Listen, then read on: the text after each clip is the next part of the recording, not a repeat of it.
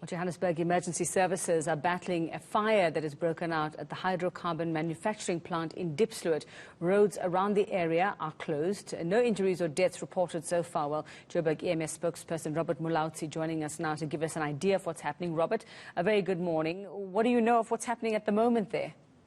Yes, we can confirm we are on site attending to a fire incident which is involving it's an agricultural site, compost site, where there are there's a lot of compost on site, which is affecting most of the site in the area. The compost site is actually along Summit Road. There are no adjacent structures which might be in danger due to the fire incident, because it's away from the houses. So far, we've got our fire engines on site. The firefighters are busy extinguishing that fire. The fire is under control, and so far, there are no injuries which have been reported. Robert, any clue at this stage as to what might have caused this fire or sparked it? No, at this stage, the cause of the fire is still a subject of investigation. That should be done as soon as the fire has been extinguished. What we can also advise our motorists, as soon as that part of Summit Road, as they're going towards Diepsloot, we've closed it since we are still on site. So we should be here on site most part of the day due to the nature of the fire incident. All right, Robert, we're looking at pictures at the moment, or we were while talking to you there. That fire seemed to be raging, and it was sent a little earlier.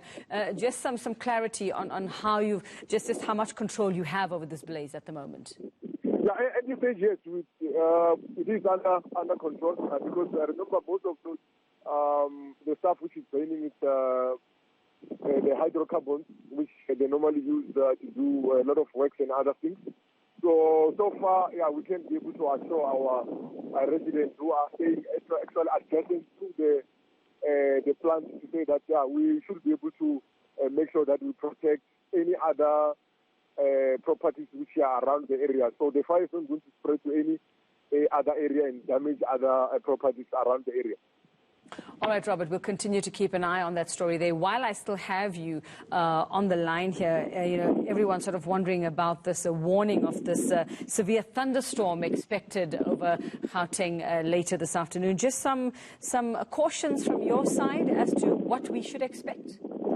Yes, we did receive a warning from the South African Weather Service that most parts of the city of Johannesburg will be hit by severe thunderstorms, which is, of course, our residents are aware that maybe it might be our first heavy rain, which we might get later on this afternoon. So from our side, we are on island.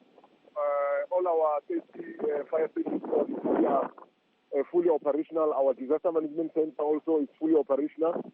We will be monitoring most of our vulnerable communities, our informal settlements, because we know that when we have severe thunderstorms, due to the nature of the environment where they find themselves in, mostly it's a low-lying area, we might have a lot of incidents in those areas. So we have got monitoring teams in those areas who are monitoring that if there's any need for us to evacuate, people can be able to do that.